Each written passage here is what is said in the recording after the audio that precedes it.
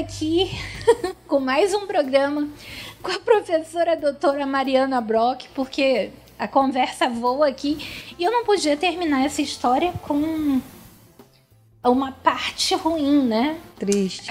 Triste da ultrassonografia, porque a ultrassonografia, ela é justamente para prevenir momentos tristes e ela, na grande maioria das vezes, consegue, né?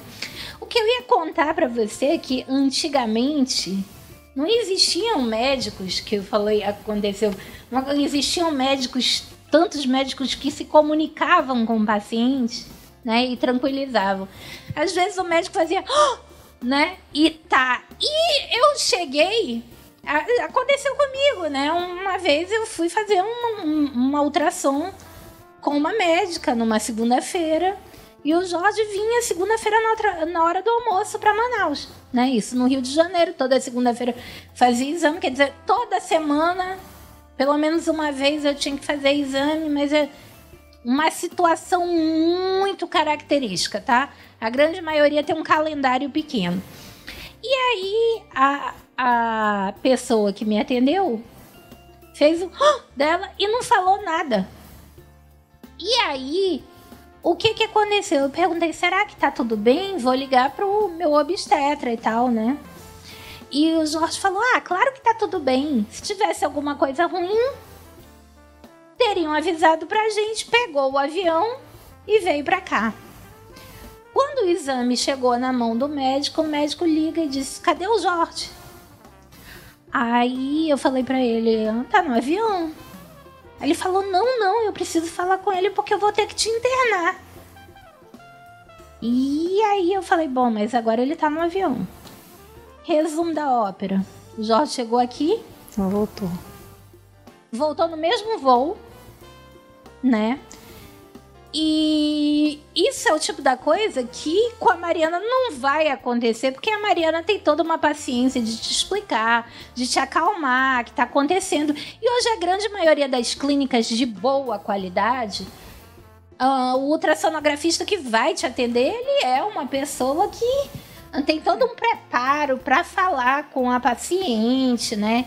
E hoje as pacientes têm escolhas, né? E, olha, o plano de parto é uma coisa que é relativamente recente, né? Sim. Não, e assim, a gente tem que saber que antes de nós sermos médicos, nós somos seres humanos. E no caso da Mariana, mãe. E mãe de gente pra caramba.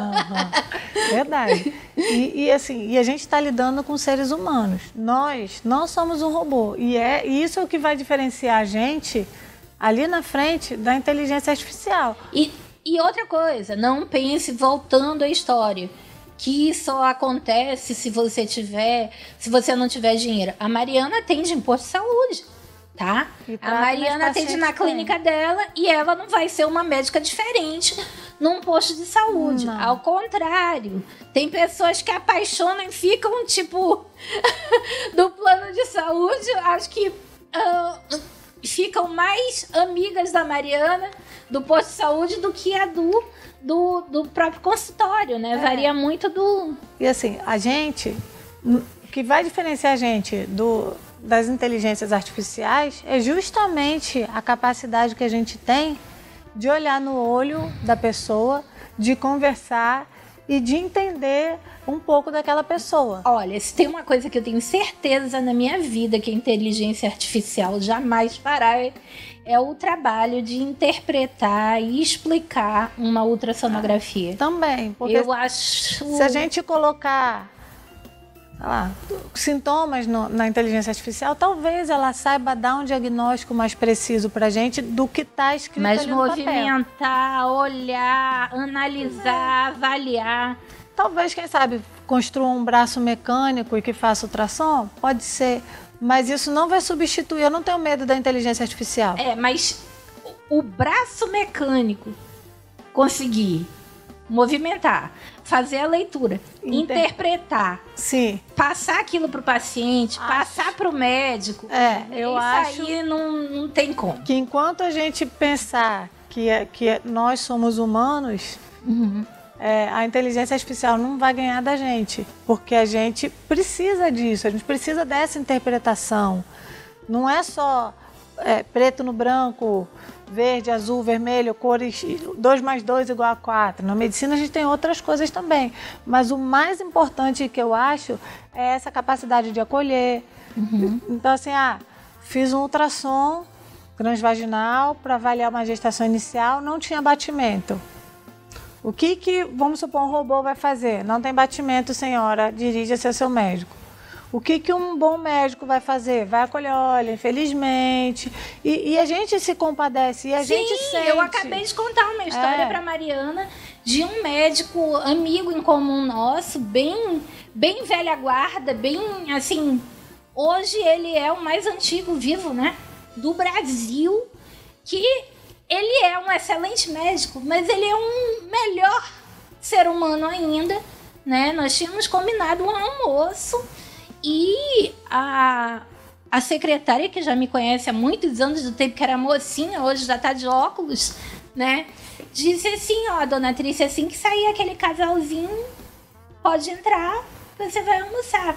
E eu cheguei lá, aquele senhor que tem mais de 50 anos de experiência, estava aos prantos, né, se recompondo para ir junto a uma psicóloga dar a notícia de que aquele bebezinho tinha parado, né? Quer dizer, não estava mais com batimentos para aquele casal. Quer dizer, isso é realmente um ser humano. Sim. Né? Uma máquina não é capaz de fazer isso. Jamais. Toda vez que a gente faz um exame que não tem um batimento, pelo menos para mim, né?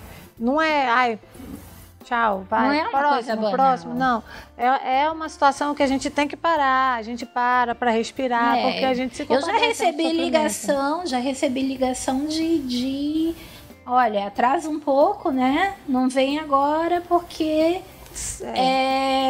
vai demorar mais porque o bebezinho tá sem batimento. Tipo assim, não vem pra tua consulta agora porque a Mariana vai dedicar um tempo bom, bacana para aquela paciente. Porque isso é uma outra coisa importante. Às vezes não é só batimento, às vezes tem um exame que demora mais do que o previsto.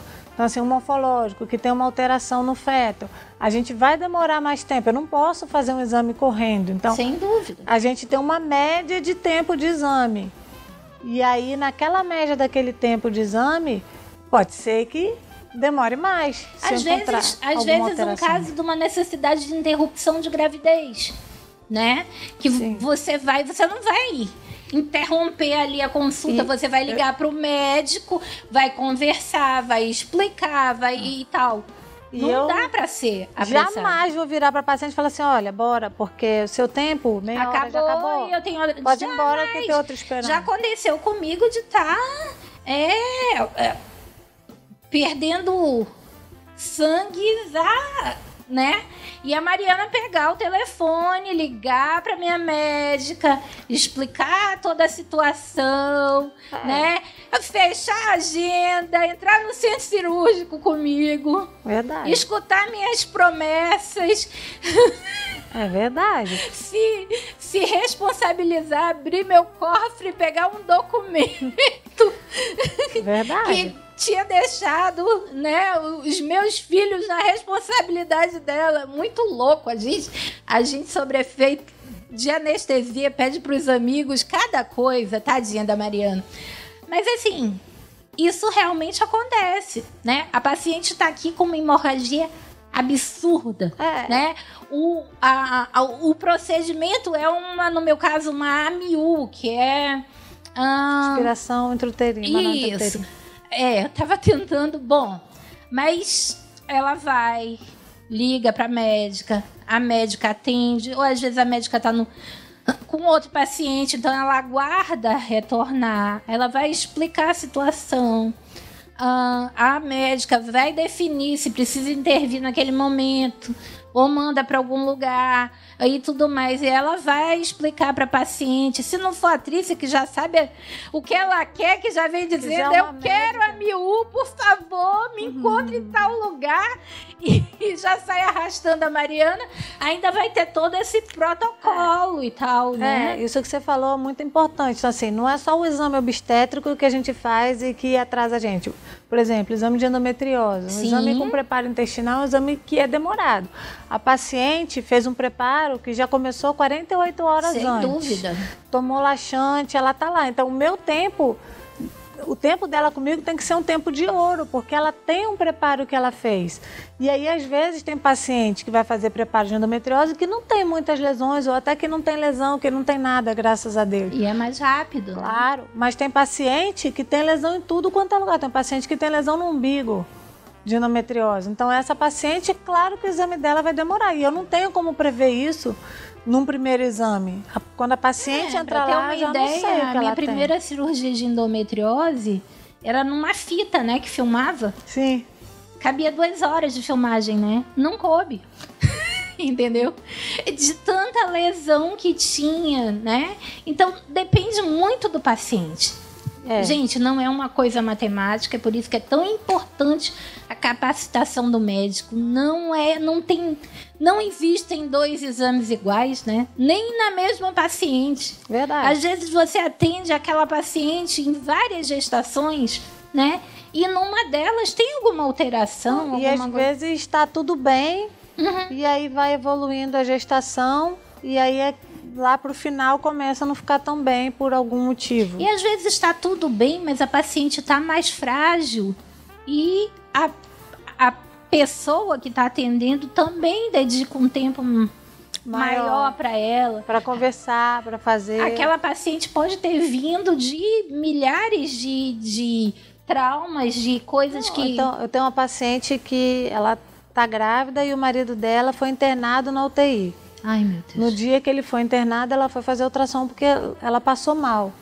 E aí, quando ela passou mal, ela estava lá no ultrassom.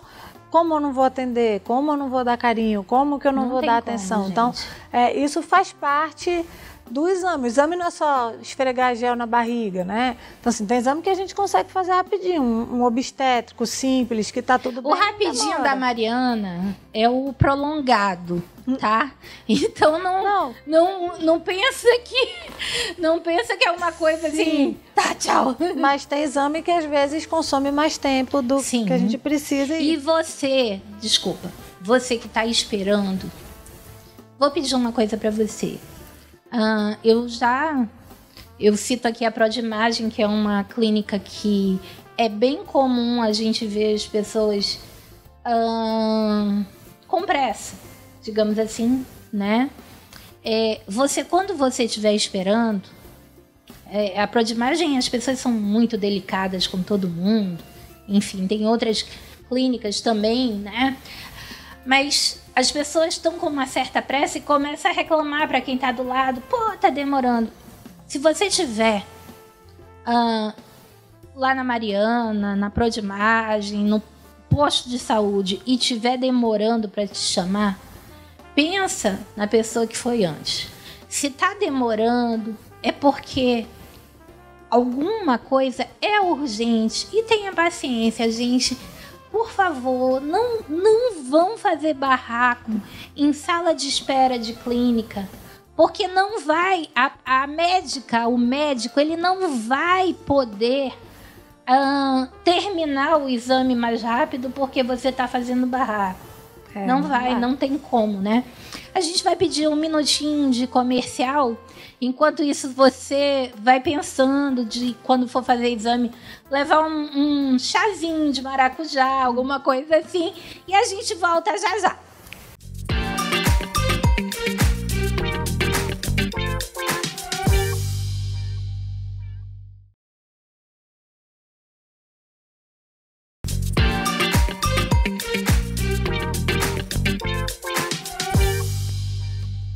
Voltando nesse último bloco, e agora tem que ser o último mesmo, porque senão a Mariana não só não vem mais, como também não olha mais pra minha cara. Com professora doutora Mariana Brock. Mariana, a gente estava falando aqui sobre a diferença dos exames, o tempo que leva, não só no caso dos bebês, né? Mas também no caso de outros exames, né? Exames ginecológicos. E também Mariana não faz só ginecológico, mas como ela é uma pessoa muito, digamos assim, talhada para atender as mãezinhas que estão psicologicamente mais sensíveis, né? Porque tem gente que não é de muitas palavras, né? E já tem outros não, que fazem toda aquela parte social, né? Do acolhimento. As mãezinhas, elas geralmente estão sensíveis, elas geralmente estão assustadas, né, Mariana? A grávida, ela já por si só, ela já tem uma alteração emocional por conta das alterações hormonais que ela tem. E aí, não precisa muito para desequilibrar uma grávida, né? Então, assim, às vezes você não fez nada, a pessoa não fez nada, só olhou para a grávida de uma maneira estranha e aí ela, você me olhou diferente, né? São muitas modificações, no trato gastrointestinal, então às vezes ela não está disposta, ela come, ela passa mal, então tudo isso a gente tem que levar em conta, né? Sem contar que existem aquelas grávidas que já têm um histórico de sofrimento.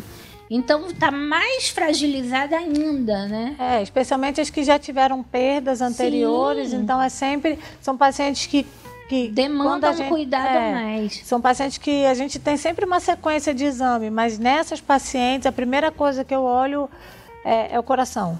Porque aí para ela ouvir que o coração está batendo. Quando ela escuta o coração, parece que ela acalma o dela, né? Que ela sabe que o neném está bem. Então, assim, esse olhar é importante, né?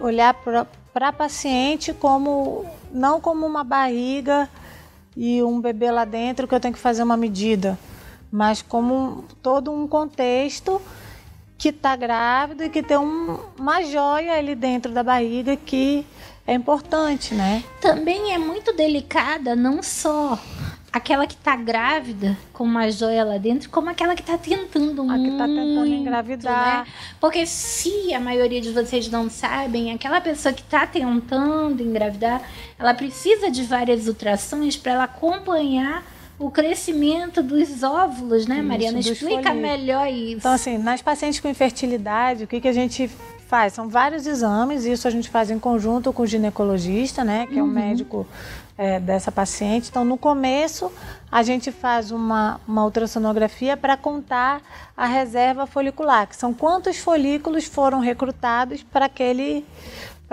ciclo, né, para aquele mês. E aí, depois, a gente faz mais ou menos no meio do ciclo, onde a gente vai ver o folículo dominante, que é o óvulo que vai ser liberado, é o folículo que vai liberar o óvulo. Que está crescendo mais. Que é o que cresceu mais, é o general ali do ovário.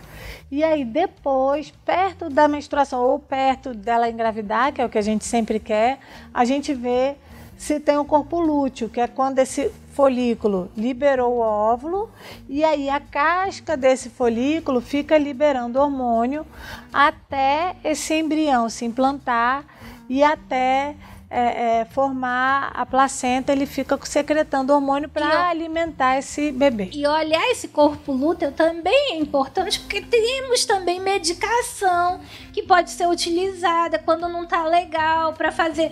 Então a Mariana olha e já diz, olha, tá precisando dar uma reforçada aqui. Isso. E tudo. E né, temos uma série de... Agora, no meio do negócio, porque no meu tempo era todo dia mesmo, né? Não, a gente faz... assim, acompanhava o óvulo todo santo dia. Depende do tratamento que você está falando. Esses 3 são da paciente que está assim, ó, tô tentando engravidar, não tô conseguindo, quero ver mais ou menos como tá. Uhum. E aí, a partir do momento que se estabelece que precisa de uma indução de ovulação, aí essa sequência ela pode ser alterada dependendo do tratamento que for feito. Então, pode ser que seja a cada 2 dias, todo dia, uma vez por semana, 2 vezes por semana. Isso vai depender de como aquele óvulo está crescendo, de como aquele endométrio, que é a cavidade uterina onde o neném vai ficar, está crescendo, está se desenvolvendo, e das medicações que estão sendo utilizadas. Então, isso é muito importante. E também, além disso, de fazer o controle da ovulação, ou então o acompanhamento do folículo, é ver se aquela paciente não tem nada naquele útero, por exemplo, um mioma. Ah, sim. Entendeu? Ou a própria endometriose, por isso ou que cisto é importante, antes de fazer um ciclo, né, de tentativa de gravidez, você fazer um exame anterior para checar né? É importante estar fazendo os seus exames periodicamente, né?